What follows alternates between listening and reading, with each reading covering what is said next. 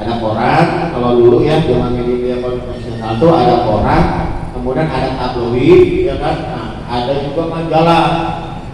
Itu kan beda-beda ya. Kalau misalnya kalau koran itu cukup beberapa kolom, satu kolom, dua kolom, ya kan? Kita cukup segitu. Tapi kalau tabloid beda lagi, minimal 1000 karakter. 1000 karakter itu 1000 huruf minimal. Saya pernah tuh di tabloid, beritanya kalau sedikit nggak terima kan. Jadi lengkap, karena tabloid itu gituan ya.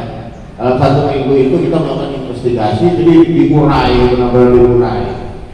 Ya kan? Nah, beda dengan harian. Kalau di harian itu singkat, padat, jelas, karena ada proses running. Besok ada lanjutannya, ya kan? Besok lagi ada lanjutannya. Tuh. Nah, kemudian ada lagi majalah, misalnya 2 mingguan atau 1 bulan. Nah, itu bisa lebih lengkap, betul tuh, ya kan? Tuh, ada peatur, yang kemudian ada penampungan opini.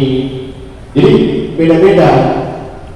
Ya, tapi kalau yang sifatnya berita yang sederhana itu singkat, padat, dan jelas. Nah, itu mudah dimengerti. Unsurnya tadi sudah memenuhi.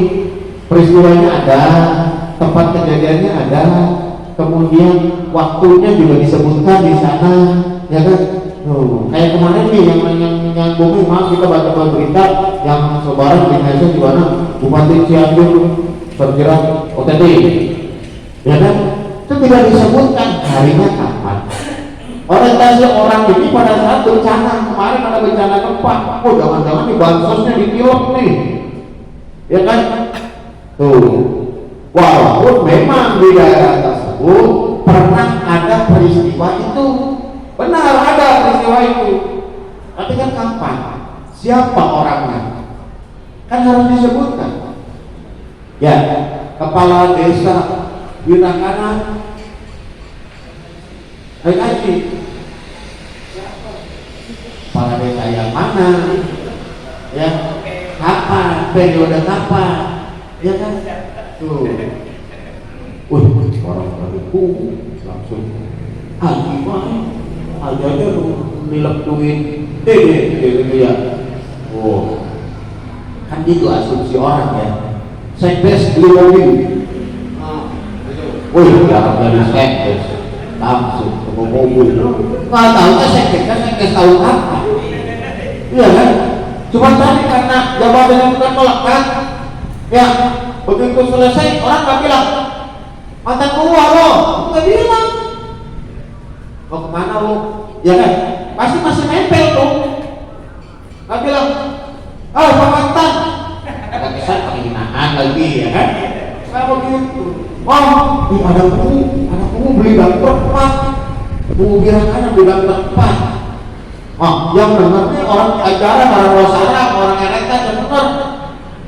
Dikiranya Haji Nur kata yang beli truknya, kiranya kubu yang lagi dapat aja yang beli truknya, ya kan? Waktunya kubu yang dulu. Setelah pasca selesai dari kubu, dia buka pengembangan usaha sebagai biro jasa transportasi dan konstruksi, dia bisa beli daftar atau apa. Nah, itulah harus jelas peristiwanya ada, disebutkan waktunya ada, siapa saja itu disebutkan, kemudian tadi analisisnya juga jalan, mengapa, kenapa, kemudian bagaimana endingnya, kan gitu. Harus ada kesimpulan. Ya. Kalau itu terus selanjutnya kan next.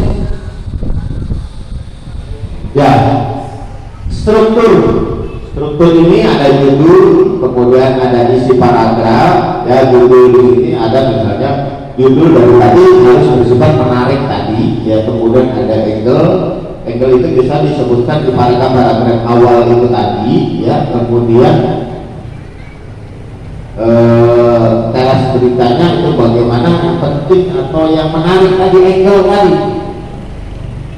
ya kan? Nah, kemudian baru isi uraian yang sudah tertuang dalam paragraf itu tadi. Ya, sampai di sini kira-kira kayaknya udah dikupas nih ya tentang bagaimana tadi, ya. Tapi saya belum, nanti kalau website ini belum ya. Ini kita bukukan sampai nanti kita istirahat di jam 12 kita break dulu untuk soma ya. Tuh, nanti dilanjutkan lagi pada mumpung anaknya di nakir tapi di embed malah ya kan. Sebetulnya kan saya itu udah minta sejak lama ya, cuma tadi nyari waktu nih, nyari waktu ya kan.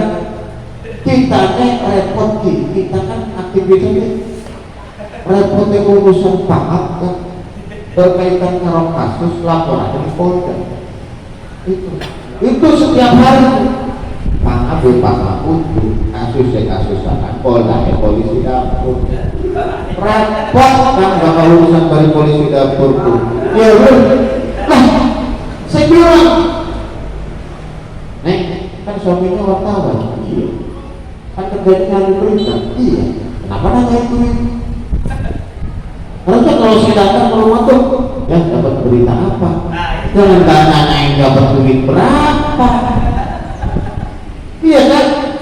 Nih bapak jadi bapak nih kan berjelas letaknya nih kali tiap bulan wah letak dari belum kak berbonan tuh baru nungguin siltam ya kan? Kan nanya duit karena dapatnya kan siltam ya kan ya. Nah makanya saya ke teman-teman ayolah berkarya, dari karya itu ada jasa ya kan? Nyantai ketika kita bisa melakukan sebuah karya sama di bawah berkarya di pamong apa seperti apa masuk inovasinya bagaimana dan bikin sesuatu yang berbeda dan seperti itu. Dan ada yang mau ditanyakan atau seperti apa dan bagaimana memulai nanti hidupnya ya teman-teman barangkali yang ditanyakan sudah ya sudah. Mungkin saya coba buka kalau saya mau tanya terkait tadi kemarin ada bahasa daerah. Nah, jika kita juga menuliskan dengan bahasa daerah, kalau ada narasumber sih enak kita menuliskan apa yang diucapkan. Tapi kalau misalnya kalau misalnya proses pembuatan kayak menu khusus tentang berita daerah, berarti kita harus punya patokan. Kalau Indonesia kan ada EYD, tindakan ejaan yang disebut. Nah untuk bahasa daerah kita sendiri di Indramayu, ejaan yang disempurnakan bahasa daerah kita ini apakah ada ataukah memang seperti apa, sehingga jangan sampai nanti patokan bahasa yang disempurnakan sesuai dengan bahasa daerah tersebut. Ada yang di wilayah ini mengerti bahasanya beda dengan wilayah desa, walaupun sama-sama misalnya satu kabupaten Indramayu. Ada kalau di Parean kita, kalau Sundanya aing gitu kan, kalau di wilayah Mas Bupati Sireang gitu, atau segala macam yang kekayaan budaya bahasa di wilayahnya. Nah, jadi apakah itu juga nanti bisa berpotensi tadi ini sebenarnya pelecehan terhadap bahasa daerah, misal kalaupun memang misalnya ada ruang-ruang itu, bagaimana kita bisa menyikapinya agar terhindar dari hal tersebut. Terima kasih. Terima kasih Pak Sires. Yang lainnya? Enggak, Pak Asun gitu. Saya yang di lapangan ini saya menemukan persoalan-persoalan, baik itu persoalan kurang bantu, persoalan rusak jam, akhirnya banyak gebok. Begitu. Ada apa? Silakan. Silakan, nanti saya coba jawab dulu dari pertanyaan Pak Sires tentang penggunaan bahasa ya. Dalam bahasa Indonesia itu penggunaan bahasa baku atau bahasa baik yang mana itu sudah tertuang dalam ejaan yang disempurnakan atau EYD. Karena bahasa Indonesia itu mengalami perubahan dari ejaan lama ya ke ejaan dulu, ejaan Suwandi namanya, Soe Wandi ya, tuh Oek ya pakainya, C itu T sama J ya kan, itu dibacanya C ya, kemudian J dibaca Y, kemudian J dibaca J, ada J yang disebutkan Y kan gitu kan, tuh Jaya ditulisnya DJ Jaja kan, pakainya DJ itu disebutnya D, jadi kan ribet makanya dibuat lagi kemudian disederhanakan menggunakan bahasa baku menjadi ejaan yang disempurnakan. Nah bahasa Indonesia juga ada yang mirip-mirip tuh, seperti bahasa Betawi ya kan, atau orang bilang kata Melayu ya kan, ada yang bilang kata Melayu. Nah itu kan bahasa yang bahasa pasaran, bahasa komunikasi. Nah dalam penulisan berita harus menggunakan bahasa baku ya kan tuh.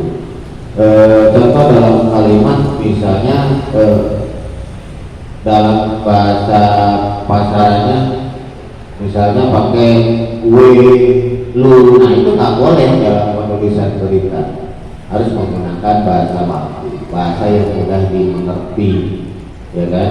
Nah kemudian bagaimana tadi kalau kita menggunakan misalnya ada rubrik daerah ya kan, ada rubrik daerah menggunakan bahasa daerah. Di Indramayu itu ada bahasa desa ya kan, bahasa desa itu masing-masing berbeda, ada kita aja itu yang nyebutnya, ada yang pakai kalau di Parian air, ada yang nyebutin kalau daerah Pamuk itu nyong ya kan, kemudian kalau daerah ke dalam ke timur ke sana daerah Tugu, kemudian sana Gagus siapa, ada yang nyebutin reang. Nah yang umum di Indramayu itu apa? Itu pakainya kita ya kan. Maka bahasa Indramayu secara umum kan kita nyebutinnya ya kan, kita silat ya kan, tuh ada si nyong itu bahasa lokal desa biasanya kan, macam-macam tuh. Tapi yang spesifik itu kalau di Parian udah spesifik tuh, ada di desa lain bahasa khas, saya nyebutinnya itu bahasa asli ya. Saya nggak bilang orang Parian itu pakai bahasa kasar, enggak, itu saya sebutin aja bahasa klasik, bahasa Sunda klasik khas Parian, karena nggak ada daerah-daerah Sunda yang lain itu yang bahasanya seperti itu, cuma di Parian doang ya kan tuh. Nah itu ya, sepeda jadi plede ya, sepeda naik plede, tak ngerti itu makan tahu makan plede itu saja. Nah jadi menggunakan bahasa yang sudah dimengerti. Nah untuk bahasa baku daerah tadi ya kan, bahasa Indramayu yang mudah dimengerti oleh umum ya. Kalau misalnya pakai air, orang nggak ngerti apa sih air ya, oh jangan-jangan orangnya saya salah nulis, mohon maaf nih, jangan-jangan anjing gitu kan. Nah itu jadi bahasa Indramayu yang mudah dipahami kalau mau menggunakan rubrik daerah ya kan, ada misalnya rubrik khusus daerah. Nah tapi sebetulnya yang belum tercapai di Fokus Pantura ini pengen angkat budaya lokal khas Parean dengan pakai bahasa khas Parean.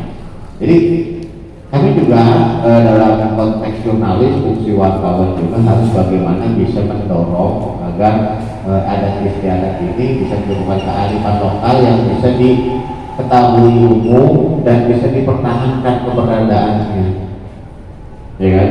Contoh nih, saya prihatin ketika nemuin anak-anak muda yang udah gak mau pakai bahasa daerah, saking hebatnya bagian logatnya mendok, pengennya pakai bahasa Indonesia aja ya kan tuh.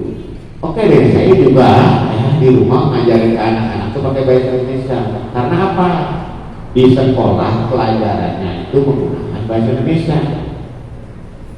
Saya punya pengalaman ketika honorer di SD ketika ngajar pakai bahasa Indonesia, kemudian ya sudah sekarang waktunya istirahat, pada diem.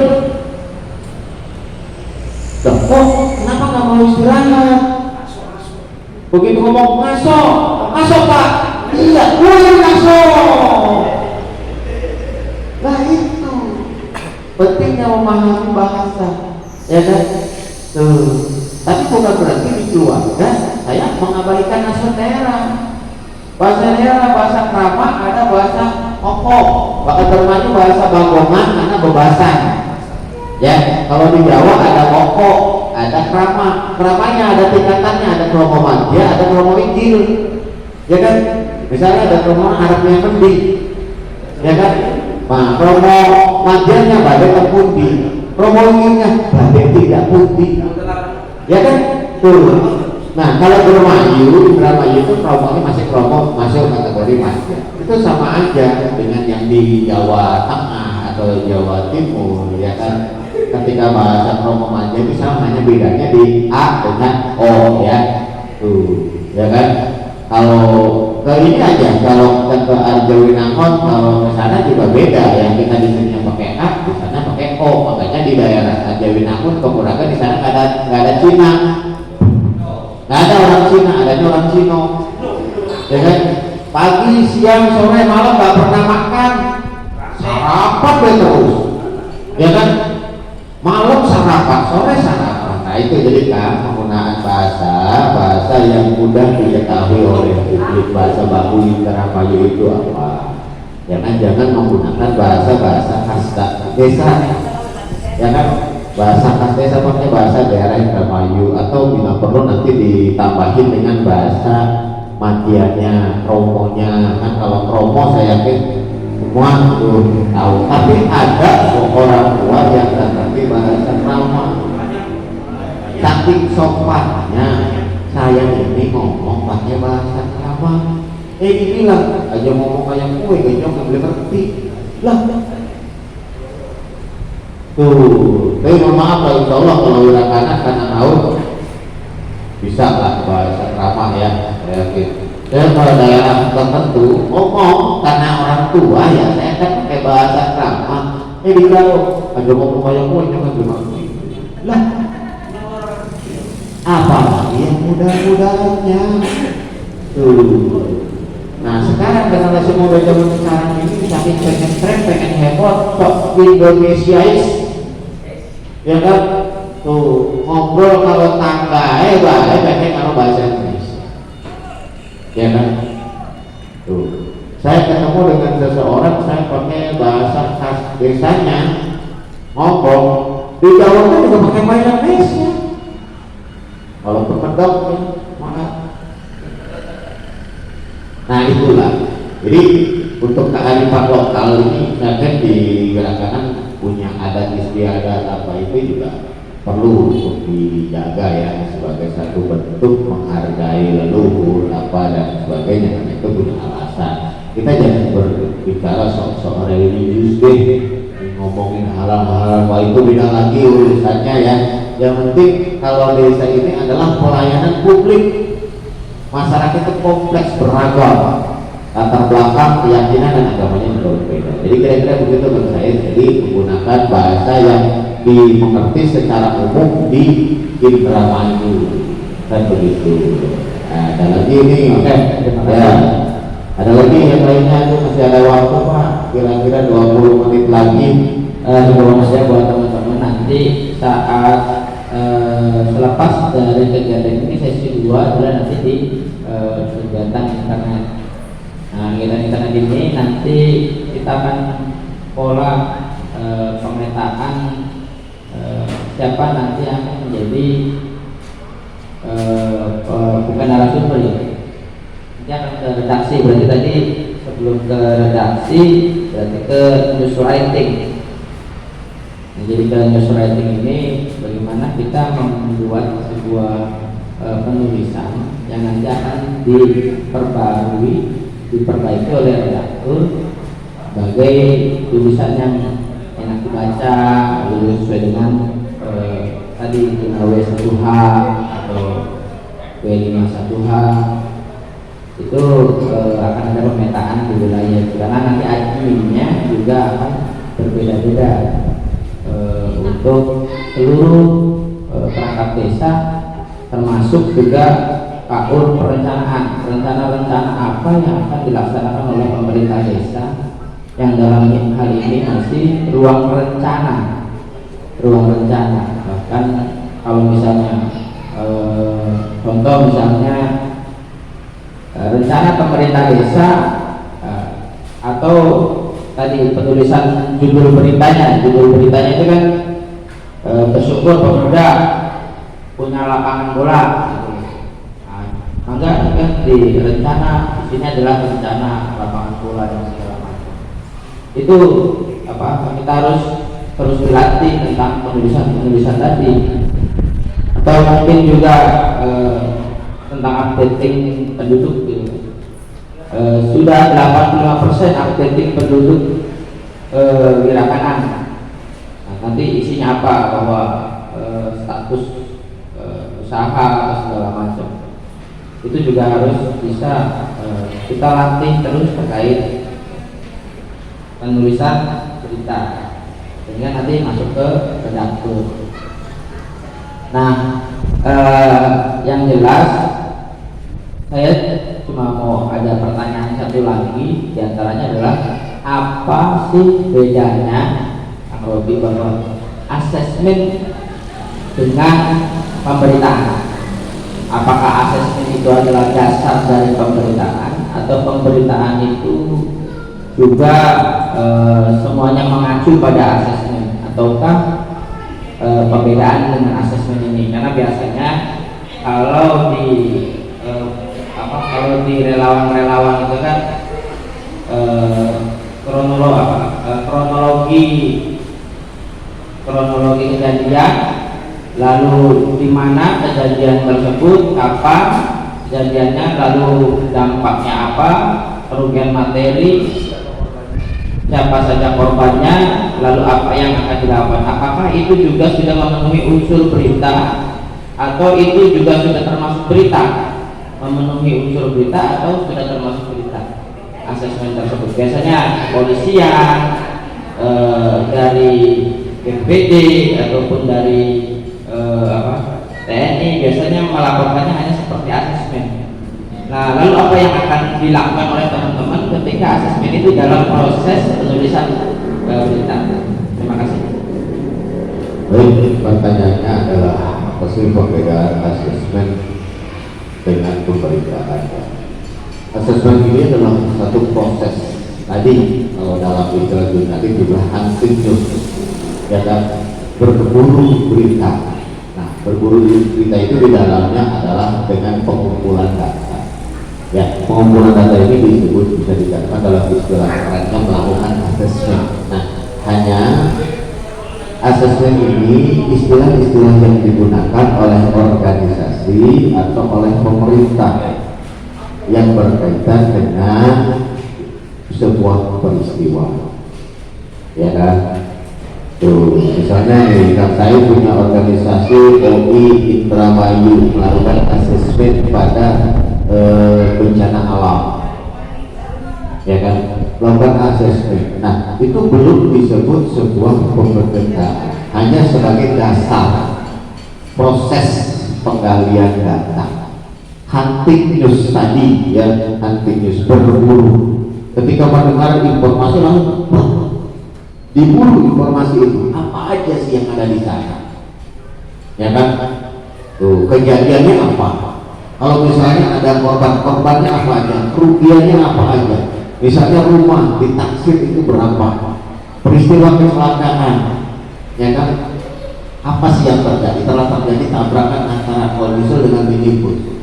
Nah, datanya apa saja, supirnya siapa, ada kenaikan dan korbannya itu, penumpangnya ada berapa. Itu bagian dari asesmen, kan seperti itu. Nah, teknisnya memang berbeda. Dalam organisasi atau institusi itu membuat satu namanya bucket, bahan keterangan, yang full bucket, pengumpulan bahan keterangan. ya kan, informasi sistemnya pelaporan. Jadi di pengal-pengal biasanya kalau pemberitaan itu dirangkai dalam sebuah naskah, ya kan. Kalau pemberitaan dirangkai dalam sebuah naskah, nanti poin-poin itu dimasukkan tadi per paragraf masing-masing. Jadi kalau pemberitaan itu lebih lengkap lagi. Kalau asesmen itu hanya tadi pengumpulan data telah terjadi peristiwa banjir, kejadiannya kapan, banjir terjadi pada hari Kamis tanggal 5 Januari, terjadi sekitar pukul dini hari, misalnya pukul 3 dini hari, hujan deras, kemudian tanggul jebol, ya kan. Apa aja sih 100 rumah tergenang, ya kan. Tuh, kondisinya bagaimana sampai dengan pada saat dilaporkan tadi, misalnya pukul 10.00 di hari Kamis ini, masih air masih ketinggian sekitar 50 cm di pemukiman warga. Nah, apa saja dampaknya? Misalnya dari 100 rumah itu terdapat misalnya 125 kakak. Jumlah jiwanya 125 kakak ini ada berapa jiwa yang ada di sana? Misalnya 125 kakak ini misalnya ada bapak, nenek, kakek dan anak, semuanya ini ada misalnya sekitar 200 orang ditambah 30 balita, seperti itu.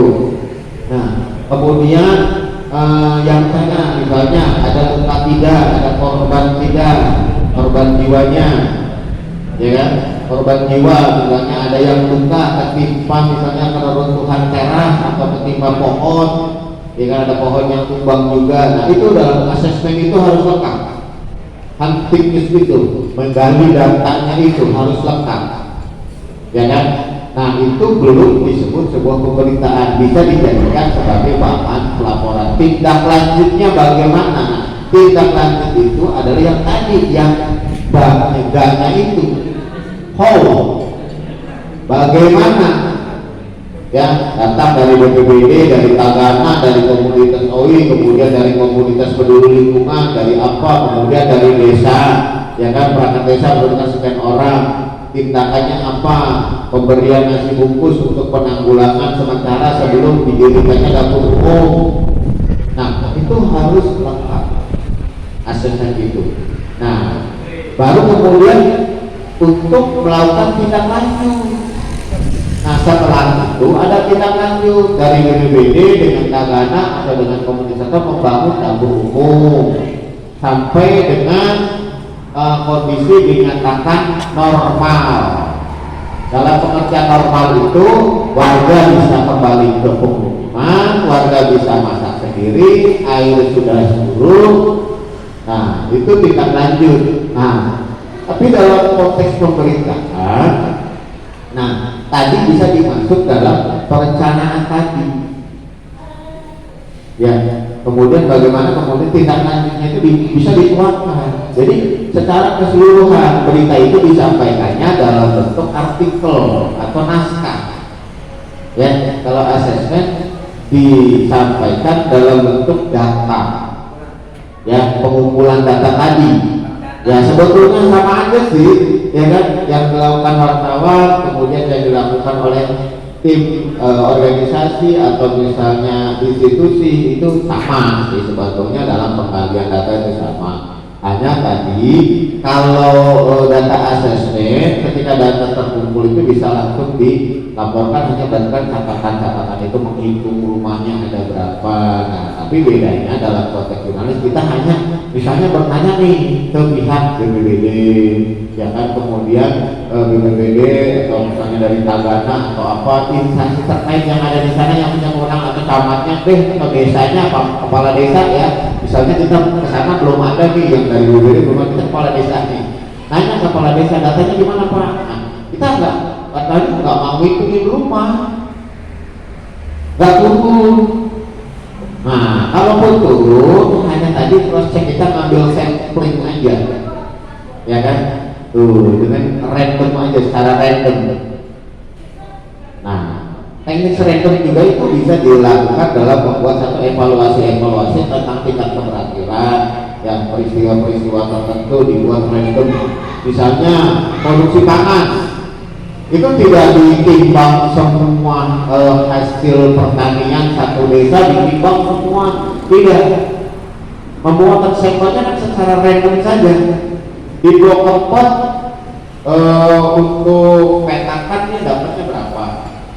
Nah kemudian pindah lagi di blok pasar misalnya ya, kemudian pindah lagi di blok mana lagi ya, kali gede atau di blok pipa ya. Nah nanti dari petakan-petakan itu disimpulkan dijadikan satu, dibuat rata-rata, diperkirakan hasil produksi pangan desa Wirakanan per musim hujan tahun 2023 ini adalah sekian ton. Nah itu jadi secara random. Kalau misalnya tadi semua ditimbang berarti kan harus mendatangi semua petani tuh, ya kan, butuh waktu yang lama. Peruntukannya untuk apa tadi? Untuk evaluasi kebutuhan pupuk, ya kan, dari hamparan sekian. Ketika dikasih pupuknya cuma sekian, hasilnya cuma sekian, tidak maksimal. Bisa itu jadikan bahan evaluasi. Nah kegiatan asesmen ini pendataan di lapangan terkait dengan sebuah peristiwa, kan seperti itu. Biasanya itu yang sering dilakukan pada peristiwa-peristiwa bencana alam untuk melakukan tadi penghitungan, misalnya pendirian penyediaan posko kesehatan ya, kemudian tadi dapur umum kebutuhan materialnya ini berapa, berasnya berapa. Nah dari asesmen tadi ya kan, untuk bahan tidak lanjut. Jadi kalau asesmen tadi dikatakan belum menjadi sebuah berita. Kalau pemberitaan itu sudah dibuat dalam sebuah naskah disusun sudah jadi, nah baru itu dibuat satu pemberitaan dengan proses-proses tadi, ya kan? Tuh proses konfirmasi, proses reportasi atau wawancara, kan seperti itu. Ya. Jadi saya pikir tadi ulasan ini cukup dipahami lah. Saya yakin bapak-bapak ini branch-nya ini masih bagus ya. Daya ingatnya masih bagus, buktinya ketika pulang gak nyasar kan, ya kan, pulang gak nyasar, kemudian tapi kalau nembak gak makan nyasar, walaupun dalam kondisi gelap juga, karena ada alat geraya. Nah itu ya, jadi mohon tadi nanti diaplikasikan dalam konteks pelayanan. Kalau nggak mau nanya lagi, saya nanya nih, ya kan? Saya nanya, kalian tugas nih pada saat istirahat. Saya pengen nih dari apa yang saya sampaikan, walaupun tidak maksimal, saya ingin membuat satu peristiwa musim hujan. Nah silakan bapak-bapak nanti tolong buat temanya itu apa, kemudian sudut pandangnya, angle-nya itu apa, ya kan, sudut pandangnya tentang musim hujan. Nah dulu banget ya, paling 3 paragraf ya. Boleh pakai tulis tangan, boleh. Tuh. Jabatan masing-masing. Iya, iya kok kayak tadi sudut pandangnya kan berbeda-beda kan. Seperti itu ya. Karena ini kan memasuki musim hujan ya, jadi buat peristiwanya adalah musim hujan 2023. Silakan nanti dibuat, nanti temanya apa, apa dibuat tema itu tadi ya, ya kan, ya peristiwa ya, tadi peristiwa. Tentukan nanti tema dan angle-nya itu apa, ya kan. Tuh ngarang pikir, biasanya bakal ngomong anak apa baik, beda-beda ya, karena tadi saya pikir sudut pandang ya, angle-nya itu pasti berbeda, ya kan. Wah anak sih saluran apa, anasir kawakan umroh, ya kan? Tuh, anasir liputan lektor, ya kan Pak? Anasir pusing mikiri bokanur, kan begitu? Ya musim hujan di desa Wirakanan, peristiwanya, ya kan? Silakan temanya bagaimana? pakai ini aja deh Pak, tulis tangan aja. Oh bagus, yang penting saya pengen tahu nih implementasi penerapan dari apa yang didapat sekarang nih terserapnya bagaimana gitu, serapan materinya saya pengen ada tolak ukur nanti. Kalau untuk lebih paham kan harus melalui proses latihan beberapa kali ya Pak ya. Seperti itu kan, ala bisa karena biasakan ya kan, sesuatu itu ada ahlinya. Saya ahli di bidang jurnalis tapi saya belum tentu ahli di bidang pelayanan desa ya kan. Saya nggak ngerti nih cara bikin KTP bener Pak, nggak ngerti. Kalau orang Pak bantuin saya bikin KTP, aduh nggak ngerti, sok aja deh ke desa, karena yang paham bidang itu kan desa. Sampai tetangga sendiri juga pengen bikin KTP, ya Pak saya nggak punya KTP atau KTP-nya hilang, ya mau ke desa.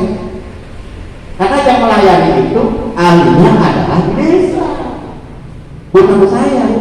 Ya kan tuh, kalau dia nanyain ada berita apa ya saya urai, ada berita gini saya jelasin, atau cara bikin berita di mana ya saya jelasin.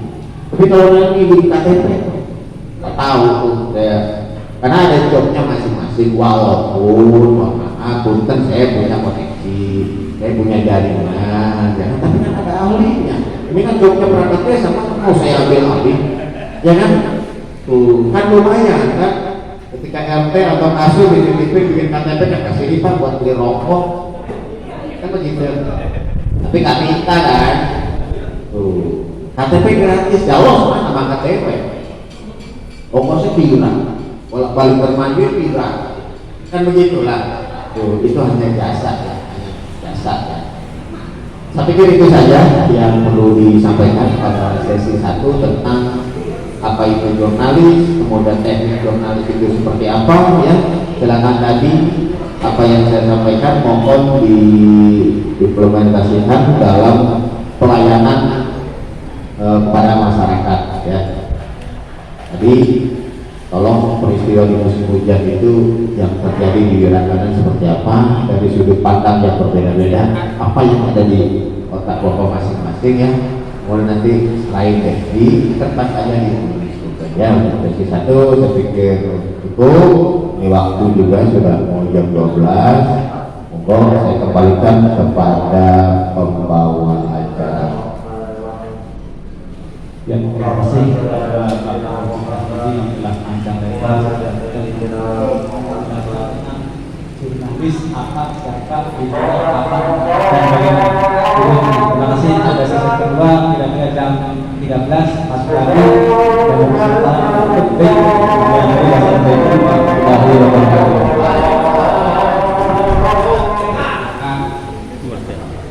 kita akan memulai untuk sesi 2 di pelatihan peningkatan kapasitas perangkat desa atau pamong desa jurnalistik atau pelaporan tentang informasi-informasi yang diharapkan oleh Pak Kubu untuk dapat teman-teman bisa juga mengelola informasi-informasi di website resmi di Wirakanan dan Desa ini teman-teman mohon perhatiannya sebentar bahwa yang di samping kiri saya ini Pak Direkturnya Fokus Pantura. Jadi beruntung teman-teman bisa bertatap muka langsung karena angel ketemu para direktur tuh lokat ya, jangan boleh padat kalau memang kalah pasti. Tapi demi teman-teman untuk bisa apa yang menjadi harapan keterbukaan publik, juga informasi-informasi yang jelas, sehingga terhindar dari hoax, terhindar dari undang-undang ITE, postingan-postingan medsosnya maupun dalam website resminya ini, agar teman-teman jauh lebih memperhatikan tadi. Tapi hasil tadi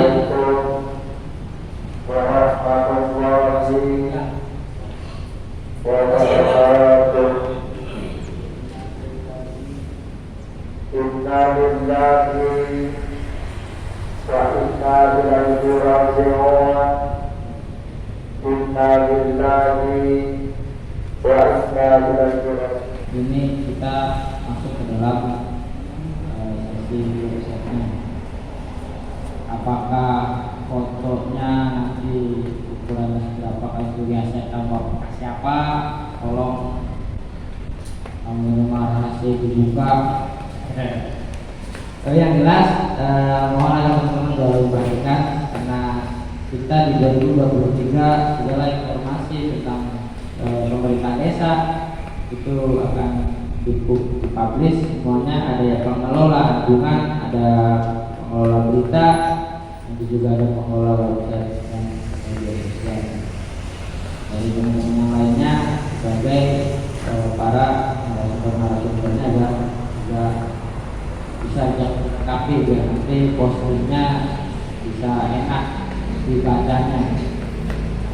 Oke, kita langsung saja dengan Bapak Ihsan Mahfud, yaitu direktur dari Fokus Akura.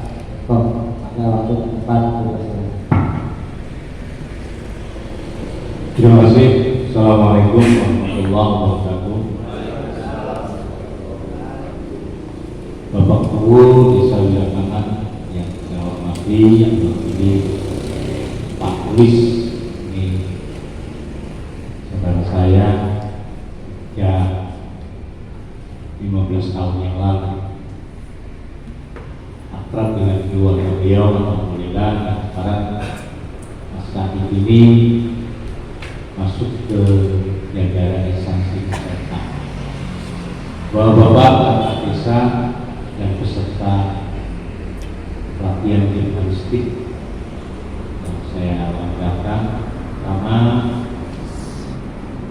saya mengapresiasi pada komunikasi anak dan penghargaan yang setinggi-tingginya atas kepercayaan yang diberikan pemerintah desa Wilangan pada kami PT Media Pantura Group yang khusus perusahaan pers menangani urusan jurnalistik dan berjalan mengelola portal media fokuspantura.com pada April nanti 6 tahun pengabdian Fokus Pantura untuk masyarakat Indramayu, masyarakat Jawa Barat, wabil khusus masyarakat Pantura. Karena memang portal Fokus Pantura ini pangsa pasarnya lebih dominan di wilayah pantai utara Jawa, dari mulai Merak sampai Banyuwangi. Itu menjadi harapan kami, harapan yang sekilas pandang agar bisa dipahami, dilalui oleh beberapa peserta jurnalistik. Pada kesempatan ini saya diberi materi terkait dengan website. Mungkin sebelum saya menyampaikan apa itu website dan isinya seperti apa, pola-polanya yang harus disandingkan untuk publik. Terlebih dahulu saya ingin menyampaikan bahwa apakah portal Wilangan .desa.id ini masuk kepada konten Undang-Undang 40 tahun 99 tentang pers. Ini perlu juga diketahui oleh bapak-bapak dan saudara-saudara sekalian bahwa yang namanya perusahaan pers itu sudah jelas dalam aturannya, dalam ketentuan Undang-Undang 40 di pasal 2, pasal 3, pasal 1 sudah jelas seperti apa spesifikasinya. karena ini adalah institusi kelembagaan ini yang berbeda. Karena dalam ketentuan yang berlaku bahwa portal media itu ada portal media yang komersial mendatangkan profit, ada portal media yang non profit. Nah, ini bedanya. Portal media yang profit itu yang mana? Portal media yang profit adalah portal media yang dikelola sesuai dengan ketentuan undang-undang pers. Ya. Ada lagi portal media yang non profit. Nah, portal media non profit ini biasanya dikelola oleh instansi, yayasan.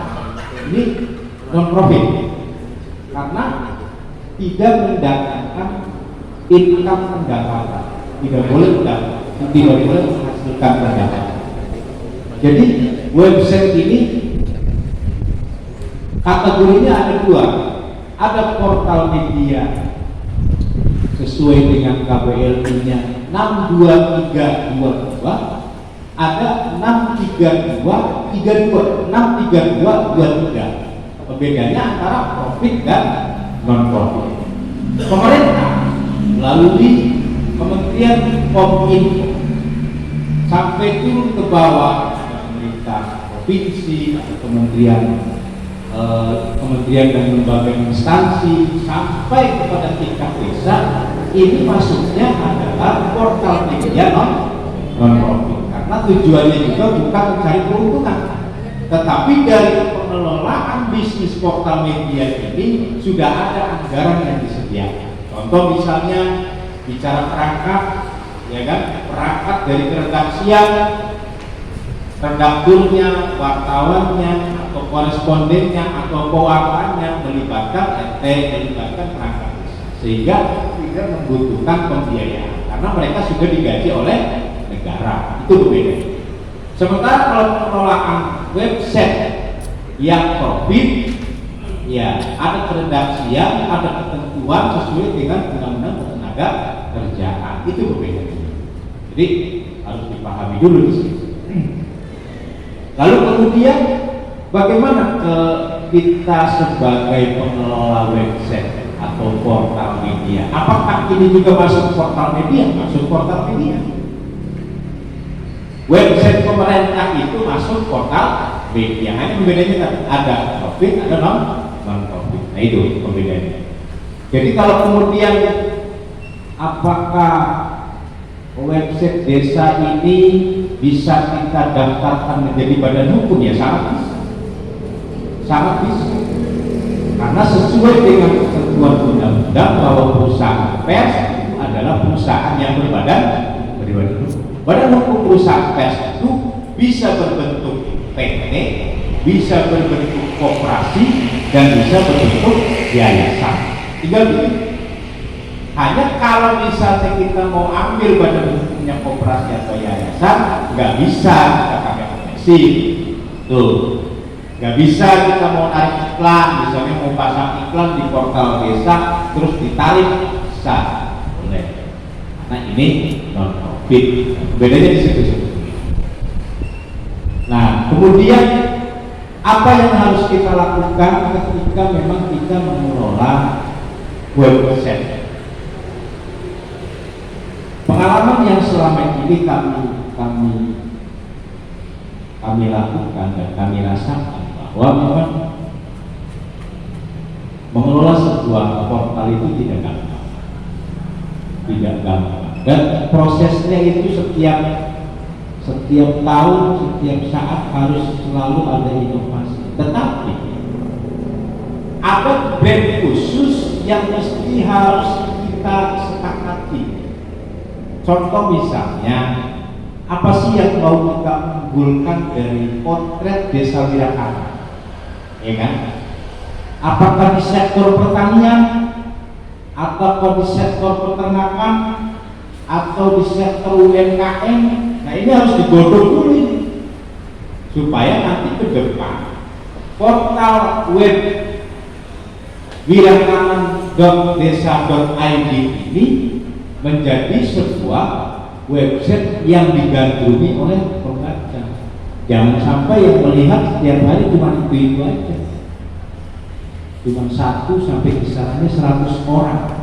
Ini berarti ada pengelolaan yang lemah di sini. Pengelolaan dalam hal apa? Dalam sistem jaringan, sistem jaringannya. Karena kalau sudah bicara portal, ini yang bekerja mesin, Google, namanya SEO. Dari mana SEO itu bisa dilacak? Nah ini nanti yang saya akan kasih buat bos.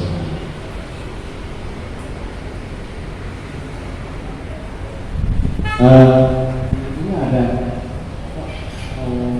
template-nya, bisa dibuka yang bisa. Saya sambil